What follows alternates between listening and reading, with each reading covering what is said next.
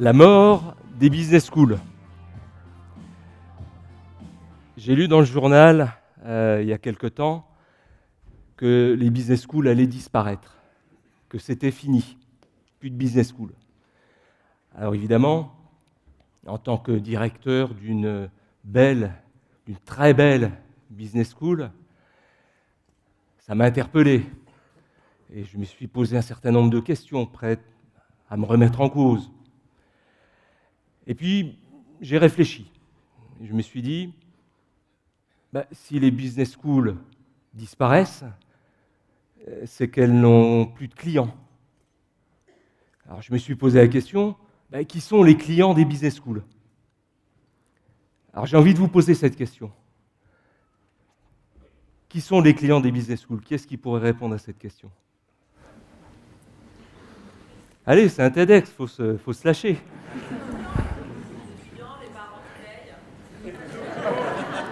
Erreur. Surtout pas. Les entreprises. Alors, c'est surtout pas les étudiants et encore moins leurs parents. Ce sont des parties prenantes d'une business school. Mais imaginez qu'on les considère comme des clients, et que finalement on leur donne ou on leur vende les diplômes qu'ils sont venus chercher chez nous. Ce serait une catastrophe et ça ne se passe pas comme ça. Ce sont des parties prenantes à qui nous devons une magnifique expérience d'apprentissage. Mais les vrais clients, c'est monsieur qui l'a trouvé tout à l'heure, ce sont les entreprises. Tout simplement pourquoi? Parce que le jour où les entreprises ne recruteront plus nos diplômés, on fermera le rideau et puis on ira à la pêche. Donc les clients, ce sont les entreprises. Et d'ailleurs, les business schools ont été créés précisément pour servir les entreprises. Alors on va faire un peu d'histoire. Elles ont été créées au XIXe siècle. Les entreprises avaient besoin de former des comptables à l'époque. Et elles sont allées voir l'université qui a dit non, ce n'est pas un sujet, c'est un sujet médiocre, ça ne nous intéresse pas, les sciences de gestion, tout ça. Elles sont donc allées voir les chambres de commerce qui ont créé les premières business schools pour former des comptables. Et puis, au fur et à mesure, elles ont formé des comptables, puis après des cadres pour les entreprises de leur territoire, parce qu'elles étaient organisées en territoire. Et puis, 1990 à peu près, tout s'accélère et tout se modifie de façon assez radicale. À peu près dans les années 90, on a dit aux business schools, vous ne pouvez plus être des écoles régionales.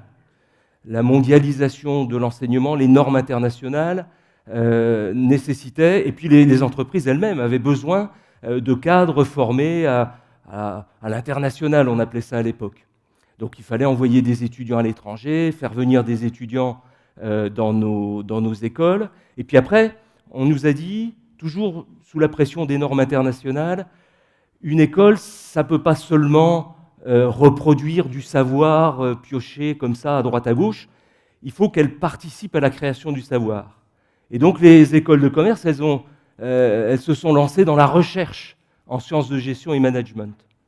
Elles sont devenues d'ailleurs les premières productrices de publications scientifiques dans les domaines des sciences de gestion et du management. Et puis après, on leur a dit, vous ne pouvez plus être des usines à produire des notes et puis à délivrer des diplômes. Il faut que vous identifiez les compétences que les entreprises attendent et puis que vous sachiez les mesurer pour, au fur et à mesure, modifier, améliorer votre performance. Et puis ensuite, on leur a dit, faites de l'éthique. Il y a eu la fameuse affaire Enron. Je ne sais pas si vous vous en souvenez, 2001, magnifique entreprise nord-américaine, des dizaines de milliers de salariés, puis du jour au lendemain, tout le monde au chômage. Ils avaient traficoté les comptes pour masquer des déficits. Et là, on a commencé à dire, les business schools, elles ont un impact sur la société. Ce n'est pas seulement des écoles comme ça, c'est des écoles qui ont un impact sur la société, puisque les dirigeants qui avaient pris ces mauvaises décisions étaient toutes sortis des grandes business schools nord-américaines. Et on a dit, il faut maintenant former les futurs dirigeants, les futurs décideurs de l'économie, avec pas de n'importe quelle façon, et en leur inculquant un certain nombre de valeurs et d'éthiques. Donc, toutes les business schools ont mis de l'éthique partout, dans les cours de finance, dans les cours de marketing, dans les cours de ressources humaines, partout, on a mis de l'éthique. Et puis après, ça continue. On leur a dit, vous êtes des outils de reproduction sociale, vous êtes des élitistes. Bon, nous, on prenait les étudiants qu'on recrutait dans l'enseignement secondaire, primaire, maternelle, donc on faisait avec ce qu'on nous donnait. Mais il n'empêche qu'on a quand même joué le jeu. Les business schools ont créé des parcours, des passerelles, ont lancé des cordées de la réussite. Et puis ensuite, on a eu le Covid, le e-learning, le distance learning, tout le monde s'est adapté. Puis on a eu l'IA. Bref, en quelques années, les business schools ont fait preuve d'une grande agilité et d'une forte résilience. Et elles sont d'ailleurs en France devenues parmi les meilleures business schools du monde. Et elles sont identifiées à partir de ces années comme des acteurs qui impactent la société de différentes manières. Alors, maintenant, quand on a dit tout ça, quid de 2039, puisque c'est le sujet de notre rencontre. Alors, le contexte, immanquablement de 2039, est lié à la démographie du monde. On sait qu'il y aura à peu près autant d'étudiants dans l'enseignement supérieur qu'aujourd'hui en 2031 et probablement un peu moins en 2039. Pareil pour les business schools, à peu près la même tendance. Par contre, on sait que le nombre d'étudiants internationaux va exploser.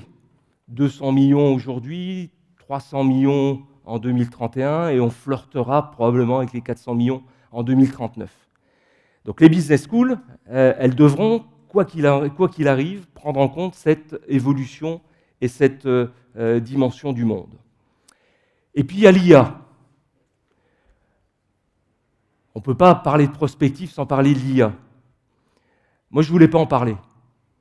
Je ne voulais pas en parler parce que ça me rappelle les autoroutes de l'information. Je ne sais pas si peut-être les plus seniors, on va dire, s'en souviennent des autoroutes de l'information. Les plus juniors, probablement, n'ont même jamais entendu cette sémantique.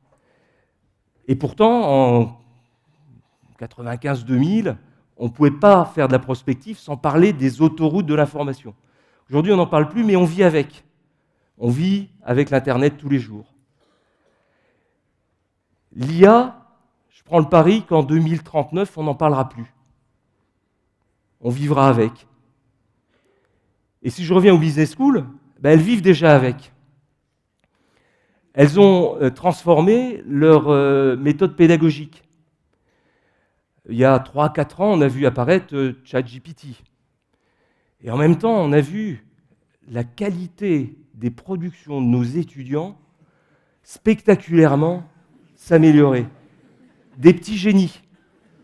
Ils allaient tous faire leur dossier, leur rapport, leur mémoire sur ChatGPT. Et c'est très bien, parce que finalement, ce qui compte, c'est qu'ils se posent des questions. Et poser les questions et les bonnes questions, c'est aussi important que d'avoir des réponses. Donc ça nous va très bien. Par contre, il a fallu faire un certain nombre d'adaptations, parce qu'il faut bien qu'on évalue quand même le travail que font nos étudiants. Donc c'était très simple. Je prends un exemple, un mémoire de fin d'études, quand il y avait 50% sur l'écrit, 50% sur l'oral, on a mis 10% sur l'écrit et puis 90% sur l'oral. Point barre. Facile. Même pas mal, on a su le faire. Et puis, on a mis en place des parcours d'apprentissage individualisés, on a mis du coaching individualisé, en lien avec LinkedIn. On a fait tourner tout ça. Ça marche très bien. Et puis, on nous dit, c'est aussi un peu une tarte à la crème, 80% des métiers vont disparaître. C'est vrai qu'il n'y aura plus d'experts comptables en 2039, probablement plus. Mais après tout, il n'y a plus de maréchal Ferrand, et puis on continue à rouler quand même. Donc les métiers vont certainement disparaître, d'autres vont apparaître, on nous dit 80%, on ne les connaît pas, très bien. C'est probablement ce qui va se passer. Et on nous dit les emplois vont être remplacés par l'IA. Ben non, les emplois ils vont être remplacés par des hommes et des femmes qui auront appris à maîtriser l'IA. Et ça fait toute la différence. Donc la responsabilité des business schools dans ce contexte-là, c'est d'utiliser un certain nombre de leviers. L'interculturel, lié à l'évolution du monde, lié à la population d'étudiants internationaux qu'on va avoir à recevoir en masse dans les années qui viennent, et puis lié aux besoins des entreprises qui veulent des personnalités capables de travailler dans n'importe quel contexte culturel, avec des clients à droite, des fournisseurs à gauche, et puis dans des équipes multiculturelles, avec des expériences, de moins en moins de cours probablement, de plus en plus d'accompagnement et d'expérience. La deuxième démarche et le deuxième levier à actionner, c'est celui des compétences connexes au management. Les entreprises nous demandent de moins en moins des experts en marketing, en finance, en logistique, en ressources humaines, peu importe. Elles nous demandent, bien sûr, des spécialistes de ces domaines, c'est des écoles de management, mais aussi des personnalités qui auront acquis des compétences complémentaires, des compétences capables de les faire travailler, discuter, converser avec les autres disciplines qui constituent finalement la vie d'une entreprise dans une approche beaucoup plus holistique des organisations et des entreprises. Alors, les compétences qu'on va devoir mettre en place sont les compétences, bien sûr, de global mindset. Il faut que nos étudiants acquièrent ces compétences et cette capacité à travailler n'importe où et dans n'importe quel contexte culturel. Et puis, ça va être également les compétences connexes avec des accords, avec des écoles d'ingénieurs, avec des écoles d'architecture, de design, capables de discuter avec des gens de systèmes d'information. Ça peut être aussi l'acquisition de ressources complémentaires aux ressources liées au management, et avec des expériences, des parties de curriculum dispensées dans les écoles qui ne sont pas des écoles de management, et ainsi de suite. Et là, on voit se dessiner quelque part notre futur diplômé de grande école de management, notre champion, notre super-héros qui sera un global leader, qui aura, à la fois parce qu'il aura acquis des compétences d'agilité interculturelle et des compétences transdisciplinaires, eh bien, aura la capacité d'agir de façon transculturelle. Et puis, il aura ou elle aura la capacité de bâtir des ponts entre les disciplines, entre les cultures.